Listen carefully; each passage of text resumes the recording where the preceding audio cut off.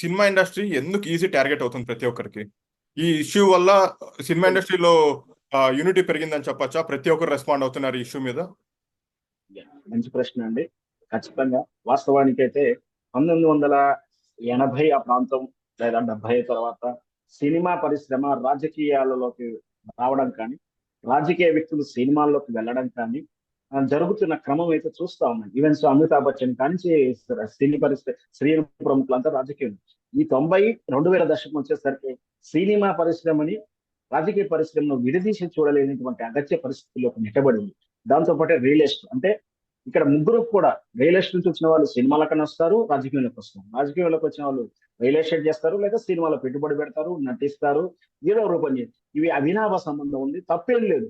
కానీ ఇది అవసరంగా పెట్టుకొని ఇలా చూసుకొని ఈ సినీ పరిశ్రమ, ఎందుకంటే ప్రతి ఒక్కరికి చులకన అయిపోయింది. వాస్తవానికి సినిమా పరిశ్రమగా గుర్తించబడలేదు, ఒక సెక్టర్ గా గుర్తించబడలేదు ప్రభుత్వం చేత. ఒక అధికృతమైనటువంటి సిస్టమ్ అంటే ఏది లేదు. అట్లాంటప్పుడు ప్రతి ఒక్కరు ఇష్టారాజ్యంగా వస్తున్నారు, పోతున్నారు, ఎవరు పడితే వాళ్ళు వ్యాఖ్యలు చేస్తున్నారు. అలా కాకుండా దీనికి వ్యవస్థలకు క్రియేట్ చేసి ఉంటుంటే బాగుంటుంది.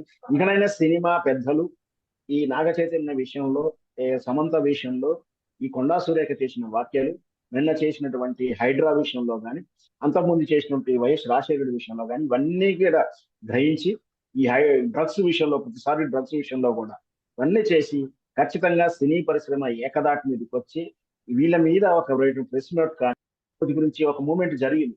ఆ విధంగానే వీళ్ళకు కూడా ముందుకు వచ్చి రాజకీయ నాయకులకి చెంపపెట్టుల ఒక పాలసీ తీసుకొని ఇలా చేసినట్టు కొండా సురేఖరావు లాంటి వాళ్ళకి బుద్ధి వచ్చేలాంటివంటి దాని చర్య చేయాలి. ఇక నుంచి బయటకు రావాలి. వాళ్ళు కూడా సినీ పరిశ్రమలో పెద్దలు కూడా కేవలం ట్వీట్ చేయడంతో వదిలించుకుంటున్నారు.